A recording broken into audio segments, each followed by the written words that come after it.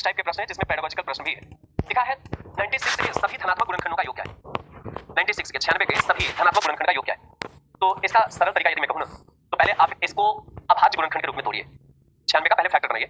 तो 96 सबसे पहले ये 2 से कटेगा 48 बार में, 48 अभी भी 2 से कटेगा 24 बार में, 24 फिर 2 से कटेगा 12 बार में, 12 फिर 2 से कटेगा 6 बार में, ये 6 फिर 2 से कटेगा 3 बार में और ये 3 अपने आप से कटेगा 1 बार में। मतलब 96 के यदि अभाज्य, देखिए इधर जो भी गुणनखंड मिलता है ना हम इसको अभाज्य गुणनखंड कहते हैं। इसको हम क्या बोलते हैं? अभाज्य गुणनखंड। कभी ऐसा गलती नहीं करना कि 96 के सभी अभाज्य गुणनखंड का योग कहे, तो कहीं ऐसा नहीं करना कि 96 का फैक्टर करके इसको जोड़ लीजिए 2 2 4 2 6 2 8 2 10 3 13 आप कह दीजिए कि इनके गुणनखंडों का योग 13 है। नहीं, ये अभाज्य गुणनखंड का योग 13 होगा क्योंकि ये जो फैक्टर मिलता है हम इसको क्या बोलते हैं? अभाज्य गुणनखंड बोलते हैं। तो देखिए जब हम 96 का फैक्टर करेंगे 96 का, जब 96 का गुणनखंड करेंगे तो यहाँ 2 2 कितनी बार है? 1 2 3 4 5, 2 2 कितनी बार है? 5 बार। अब गुणा 3 कितनी बार है? 1 बार। तो मैं आपको बताना चाहूंगा यदि 96 के सभी गुणनखंड का योग पूछा जाता है तो आप ऐसा करिए ना, सबकी घात 0 से शुरू करिए और बढ़ते घात की ओर चलते रहिए वहां तक जहां तक उस पर घात है। जैसे पहले 2 पर घात 5 है ना, तो हम शुरू करेंगे 2 पर 0 प्लस 2 पर 1 प्लस 2 पर 2 प्लस 2 पर 3 प्लस 2 पर 4 प्लस 2 पर 5 और स्टॉपेज कहां पे लेंगे? इसकी मैक्सिमम पावर। जैसे 2 पर 5 है ना तो शुरुआत में ऐसे करूंगा 2 पर 0 प्लस 2 पर 1 प्लस 2 पर 2 प्लस 2 पर 3 प्लस 2 पर 4 और फाइनली प्लस 2 पर 5, बस यहीं तक। अब बीच में यहां गुणा का चिन्ह है, गुणा करिए। अब 3 पर 1 है तो शुरुआत करेंगे 3 पर 0 प्लस 3 पर 1। ये आसान तरीका है। अब यही कैलकुलेशन कर लीजिए, सभी 96 के सभी गुणनखंडों का योग आ जाएगा। तो चलिए पहले इस ब्रैकेट को कैलकुलेट करिए। 2 पर घात 5 कितना होगा? 32। 2 गुणा 2 गुणा 2 गुणा 2 5 बार, 2 गुणा 4 4 गुणा 8 8 गुणा 16 16 गुणा 32। तो 2 पर घात 5 कितना होगा? 32। 2 पर घात 4 कितना होगा? 16। 32 और प्लस 16 48।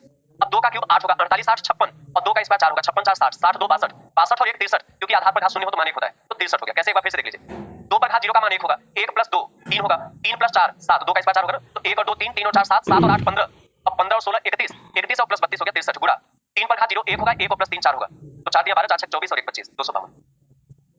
ये है 252। हाँ, यदि आपसे पूछा होता कि 96 के कुल गुणनखंडों की संख्या क्या है, यदि मैं आपसे पूछा होता 96 में कुल गुणनखंडों की संख्या क्या है, यदि आपसे कुल गुणनखंड की संख्या पूछा गया होता कि 96 में कुल कितने गुणनखंड हैं तो कुल गुणनखंड की संख्या यदि आपको निकालनी हो ना तो इसका तरीका भी सुन लीजिए।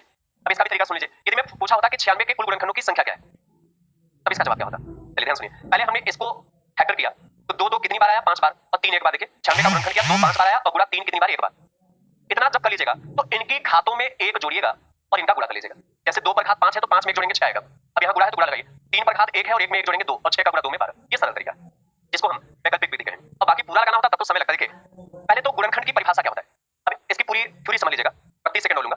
गुणनखंड का परिभाषा होता है कोई संख्या जिससे जिससे कट जाए। तो 96 किससे किससे कटेगा? देखिए 96 1 से भी कटेगा, 2 से भी कटेगा, 3 से भी कटेगा, 4 से भी कटेगा। देखिए इसका सरल तरीका मैं बताऊं।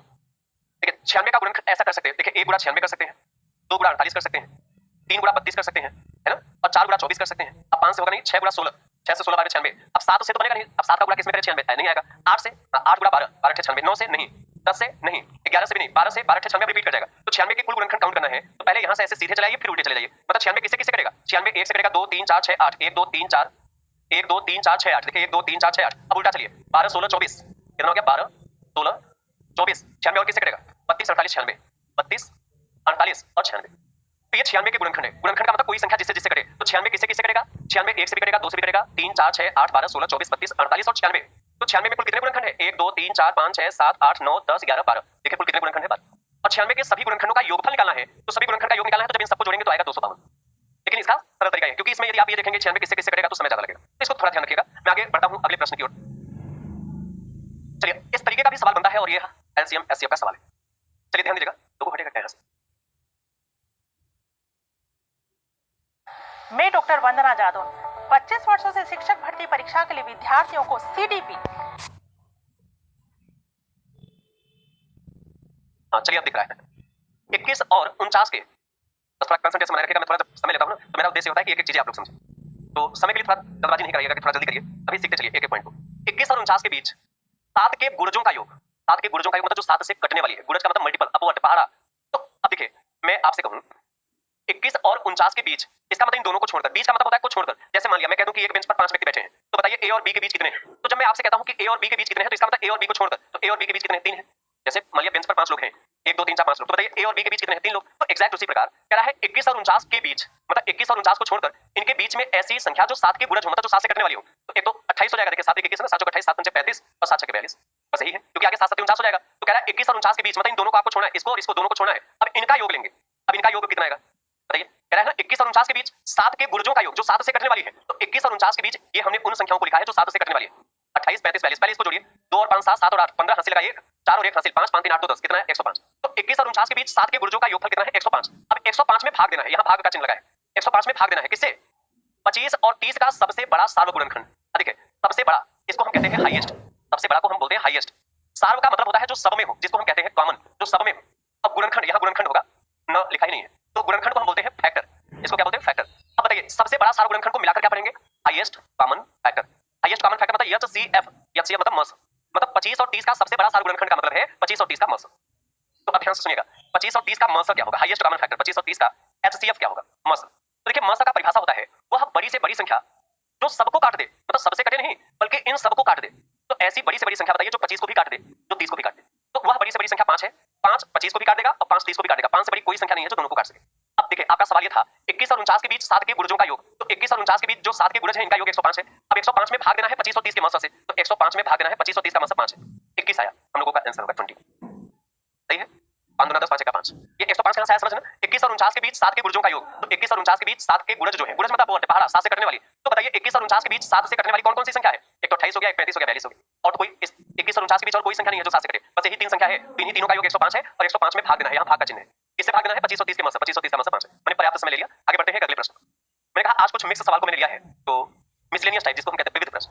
इस सवाल का उत्तर करिएगा। चलिए हाँ बहुत अच्छा, 21 के लिए उत्तर बनना है। देखिए परेशान आप लोग बिल्कुल नहीं होना। पेडागोजी पर मैराथन जो दूंगा, यह मैराथन आपके first paper plus second paper दोनों के लिए, चूंकि मैंने बताया पेडागोजी दोनों में वही। बस ये है कि प्राइमरी में 15 प्रश्न पेडागोजी के होंगे, जूनियर में 10 प्रश्न। और कंटेंट दोनों पर अलग अलग कराएंगे। प्राइमरी के लिए कंटेंट पर अलग मैराथन करेंगे, जूनियर के लिए 2 मैराथन दूंगा। नेक्स्ट वीक में गारंटेड मैं 1 मैराथन जूनियर के लिए दे दूंगा और शिक्षण पर बहुत जल्द मैराथन दे दूंगा। और प्राइमरी के लिए भी अलग कंटेंट पर मैराथन होगा, तो बिल्कुल परेशान नहीं होना। तब बच्चों के कंटेंट पर जूनियर पर हमें 2 मैराथन देना है और जरूरत पड़ेगी तो प्राइमरी में भी 2 कंटेंट पर और बाकी पेडागोजी पर तो मैराथन से ही पूरी चीजें मैं कवर करा दूंगा। लिखा है दी गई निम्नलिखित आकृतियों में से वे आकृतियां जो आधा घुमाने पर भी बिल्कुल पहले जैसे दिखे। कह रहा है कि दी गई आकृतियों में 4 आकृतियां दी गई है, समबाहु त्रिभुज, वर्ग, आयत और समांतर चतुर्भुज। ये आपके पास 4 आकृतियां हैं। कह रहा है कि इन चारों आकृतियों में, निम्नलिखित दी गई आकृतियों में से वे आकृति कौन कौन सी है जो आधा घुमाने पर भी बिल्कुल पहले जैसे दिखे। आधा घुमाने का मतलब होता है 180 डिग्री। जैसे यहां से यदि हम आधा घुमाएं तो ये होगा 180 डिग्री। आधा घुमाने पर क्या होता है पता है? ऊपर का भाग नीचे और नीचे का भाग ऊपर हो जाता है, वैसा वर्षा। ये ऊपर का नीचे और नीचे का ऊपर हो जाता है। जैसे मैंने कई बार उदाहरण लिया, जैसे घड़ी है, मान लिया घड़ी है, दीवार घड़ी को उल्टा कर दे, आधा घुमा दे, तो जो 12 ऊपर था वो 12 नीचे चला जाएगा और जो 6 नीचे था वो पलट के ऊपर चला जाएगा। आधा घुमाने का मतलब। अब ऐसे सोच लीजिए जैसे ये व्यक्ति खड़े हैं, मैं इनका उदाहरण जानबूझ के लेता हूं क्योंकि बढ़िया समझ में आ जाता है। ये एक व्यक्ति है, यदि इनको आधा घुमा देना तो जो गर्दन इनका ऊपर था ये कहां हो जाएगा? नीचे। ऐसे होंगे ना, पता नहीं जैसे होंगे लेकिन कुछ ऐसे लगेगा। आधा घुमाने का मतलब 180 डिग्री। जब इनको 180 डिग्री घुमाएंगे तो ये ऊपर का नीचे हो जाएगा, नीचे का ऊपर हो जाएगा। तो अब बताइए आपके पास 4 आकृति है। एक तो समबाहु त्रिभुज है जिसकी तीनों भुजा बराबर है, ये पहला है। और दूसरा क्या है? दूसरा है समबाहु त्रिभुज हो गया, दूसरा आकृति है वर्ग। अच्छा समबाहु त्रिभुज की तीनों भुजा बराबर होती है, वर्ग की चारों भुजा बराबर होती है, प्रत्येक अंतर को 90 डिग्री। और तीसरा आकृति है आयत। तीसरा आकृति क्या है? आयत। और चौथा आकृति क्या है? चौथा आकृति है समांतर चतुर्भुज। ये कुछ हद तक पतंग जैसा होता है, जैसे बर्फी होती है ना वैसे। ये आपके पास 4 आकृति है। अब कह रहा है कि इन चारों में से कौन सी आकृति है जिसको आधा घुमा दे तो भी बिल्कुल वैसे रहे। अब सोचिए मैं इसको आधा घुमा रहा हूं, आधा मतलब 180 डिग्री। अब सोचिए जब मैं इनको 180 डिग्री घुमाऊंगा तो ये ऊपर का भाग नीचे आ जाएगा, जो इसका मतलब ये जो कोना ऊपर की तरफ है ये कोना नीचे आ जाएगा। ये कुछ ऐसा दिखने लगेगा, हालांकि ये भी तीनों भुजा बराबर है, लेकिन देखिए ये जो कोना ऊपर था, जैसे ये ए था, ये बी था, ये सी था, तो ये ए चलाएगा नीचे, ये बी सी वाला पार्ट ऊपर रहेगा। तो क्या ये बिल्कुल वैसा दिख रहा है पहले जैसा? नहीं, पहले कोना इसका ऊपर था, कोना नीचे हो गया, तो ये तो हो नहीं सकता, समबाहु त्रिभुज तो होगा नहीं। वर्ग को यदि हम आधा घुमा दे, आधा मतलब 180 डिग्री, तो ये वर्ग जैसा ही दिखेगा, कोई फर्क नहीं पड़ेगा। अब ऊपर का भाग नीचे कर दीजिए, नीचे का भाग ऊपर, दाहिने बाएं वही रहता, दाहिने बाएं नहीं बदलता, बस केवल 2 चीजें बदलता है, अप का डाउन, डाउन का अप। तो ये अब चाहे ऊपर वाली भुजा नीचे रख दीजिए, चाहे नीचे ऊपर दिखेगा वर्ग, मतलब वर्ग बिल्कुल पहले जैसा ही दिखेगा। आयत को यदि 180 डिग्री घुमा दे, 180 डिग्री मतलब ऊपर का नीचे रख दे, नीचे का ऊपर रख दे, तो ये आयत ही दिखेगा। अब ऊपर का भुजा नीचे रख दे, नीचे का भुजा ऊपर रख दे, कोई फर्क नहीं पड़ेगा, आयत ही दिखेगा। समांतर चतुर्भुज को यदि 180 डिग्री घुमा दे तो ये भी समांतर चतुर्भुज जैसा ही दिखेगा। मुंबई से आनंद का सवाल है कि उनकी शादी कब होगी? ऐसा ही दिखेगा।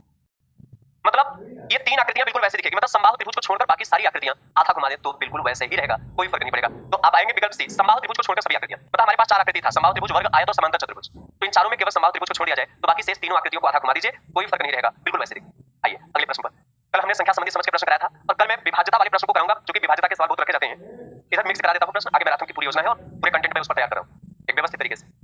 निम्नलिखित में से कौन सा इकाई योजना का एक आवश्यक पहलू नहीं है? यूनिट प्लान इकाई योजना का कौन सा एक महत्वपूर्ण पहलू नहीं है? पहले मैं साइड हो जाता हूं। चलिए देखिए, पहले तो जो यूनिट प्लान है, इकाई योजना, यूनिट प्लान, इसका प्रयोग कहां होता है पता है? देखिए इकाई योजना जो है एक्चुअल में किसी बड़े